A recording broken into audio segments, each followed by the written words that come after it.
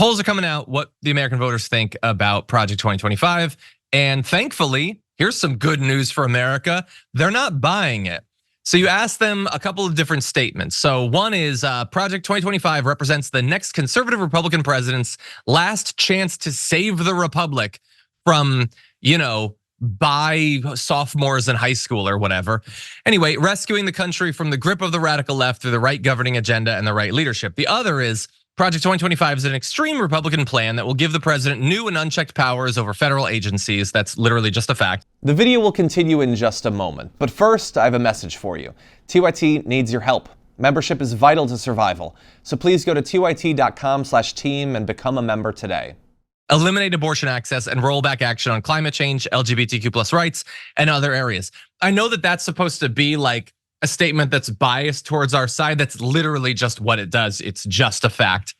But anyway, based upon that, 49% say that they oppose the project, 31% said that they supported it. So not quite 2-to-1, but in that territory. And the 31% who support it is the same 31% of America that is willing to sign on to literally anything you come up with over the last 10 years, no matter how crazy, if it elevates them to a position of political or gender or racial superiority over the people around them. And by the way, once you get into the specifics, so that was sort of like vague framing, but you describe 19 of the project's policy proposals. 63% say they oppose it and 24% say they supported it. So the more they find out about it, the less they support it. And now we're below the 31%. Trump doesn't even have his core base on this once they find out how insane this thing is. And so, yeah, I would be running scared if I were them too, Mondale. What do you think? Yeah, I mean, listen, man, it's just a fact. If you look at these people interviewing folk outside of Trump rally, when they just say Biden's name about something Trump did, they're like, oh yeah, I hate that, I'm anti that. And it's like, well, actually it was Trump. Then they're like, well, they're stuck and they're for it. But I think this just goes to show that people are not about policy anymore.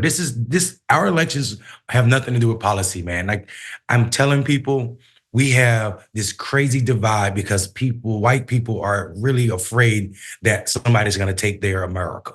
Unfortunately, they forget that they took somebody's America first. And the idea that it is as white as it is only because of illegal immigration laws and tactics, including the Chinese Exclusion Act, what they did to keep all Africans from immigrating to America until the 90s, what they did to keep brown people from America until the 80s. So I think what we're seeing right now, Donald Trump is a creation of what was Newt Gingrich policy and also white fear.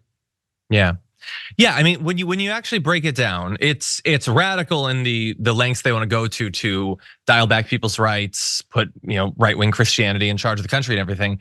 But a lot of it at its core is, as you said, it's an evolution of 90s era republicanism. They have the things they actually care about: the deregulation of corporations and the tax cuts. That is the point of all of this. And then there's a whole bunch of stuff designed to delude or appetize mainly poor straight whites into supporting giving all of the money to the richest people in the country. So, you get to give a middle finger to a trans high school teacher or something like that. Women lose some of their rights, and I guess I don't need money anymore. You can just hand it all over to corporations. That's been the project of the Republican Party for decades. They're I guess more effective now. They're emboldened, by the way, to be more openly homophobic than they were in past decades, way more openly racist and misogynistic than they were in past decades. But it's not, it's just it's a quantitative difference, it's not a qualitative difference. This is what they were doing this whole time. Yeah. And it's what Trump supports. Final thought goes to you. Yeah, John, listen, this is not even a new strategy. It worked so damn well the first time they tried it, they thought they'd just recycle it. Think about Bacon Rebellion, where poor black people and poor white people told rich elites, you will no longer exploit us and try to keep us in servitude longer than the 7 years, right? We will get freedom. When the elites found out that poor white people and poor black people were about to attack them, what they do? They gave white people certain rights that they wouldn't give black people. White people had the right to marry. White people had the right to own guns. Hello, the birth of the Second Amendment. White people were allowed to never be indentured servants or slaves for life. And what else? White people can become citizens and black people couldn't. i.e., we had slavery created in America. We're at that point again where the elite through Donald Trump and his cronies, and also, like you said, the policies of the 90s and deregulations, we're at the point now where we have poor white people who get more resources on average than any other group of people in this country. Poor white people, which is a minority of the population, less than 20% of the population are rural, poor white people, but they get the outreach to them is oversized. You hear mainstream media all the time talking about this.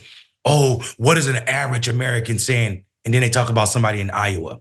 This outside, this belief that these people are so powerful is tied to a racist institution called the United States Senate. Yeah. All of it is linked, right? This idea that these few people in the center of this country are more important and they have more power than all of the people in California, where people in California outnumber majority of those states combined. And they only have 2 senators where they have about 20.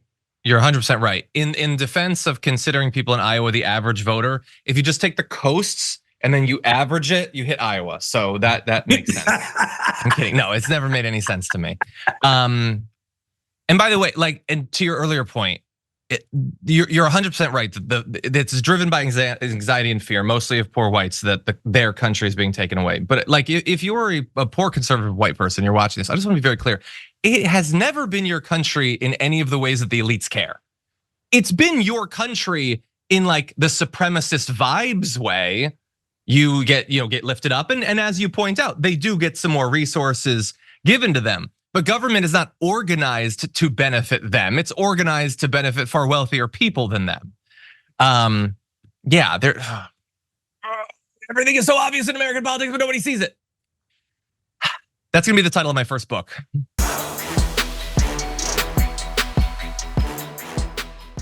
Thanks for watching our video. Did you know that you can support our show by becoming a subscriber? Just click the subscribe button and also ring the bell so that you get notifications when we're live or when we post new content.